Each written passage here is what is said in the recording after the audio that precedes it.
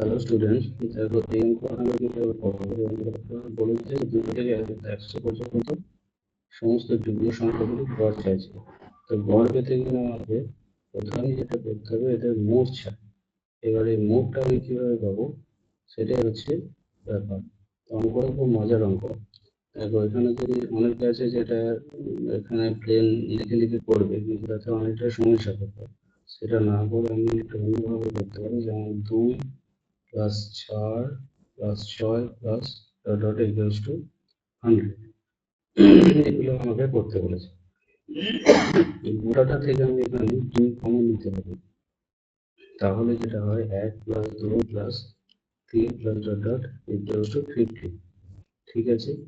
আচ্ছা, আমরা একটা ফর্মুলা জানি, যেটা 11 ক্লাসে অর্থাৎ 11 ক্লাসে আছে, যে যতদূর পর্যন্ত স্বাভাবিক সংখ্যার যোগ করবে, পরপর কিছু দূর পর্যন্ত স্বাভাবিক সংখ্যার যোগ যদি বলা চায় বা জিজ্ঞেস করে, সেক্ষেত্রে লাস্ট যে স্বাভাবিক সংখ্যাটা থাকে সেইটা ইন্টু ঠিক তার পরেরটা বাই 2 হয় ওদের যোগফল। অর্থাৎ 1 থেকে 50 পর্যন্ত পরপর স্বাভাবিক সংখ্যার যোগফল হবে 50 ইন্টু 51 বাই 2 তার পরেরটা।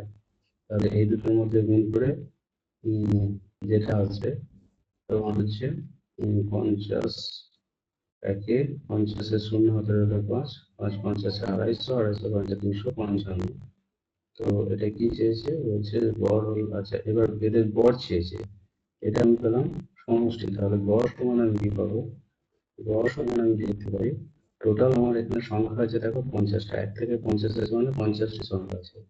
তাহলে 255 বাই 50 যদি করা হয়, আচ্ছা এটা তো ওভারঅল 51 আসবে।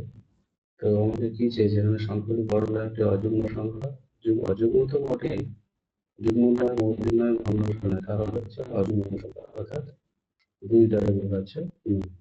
ঠিক আছে, ওকে, থ্যাংক ইউ।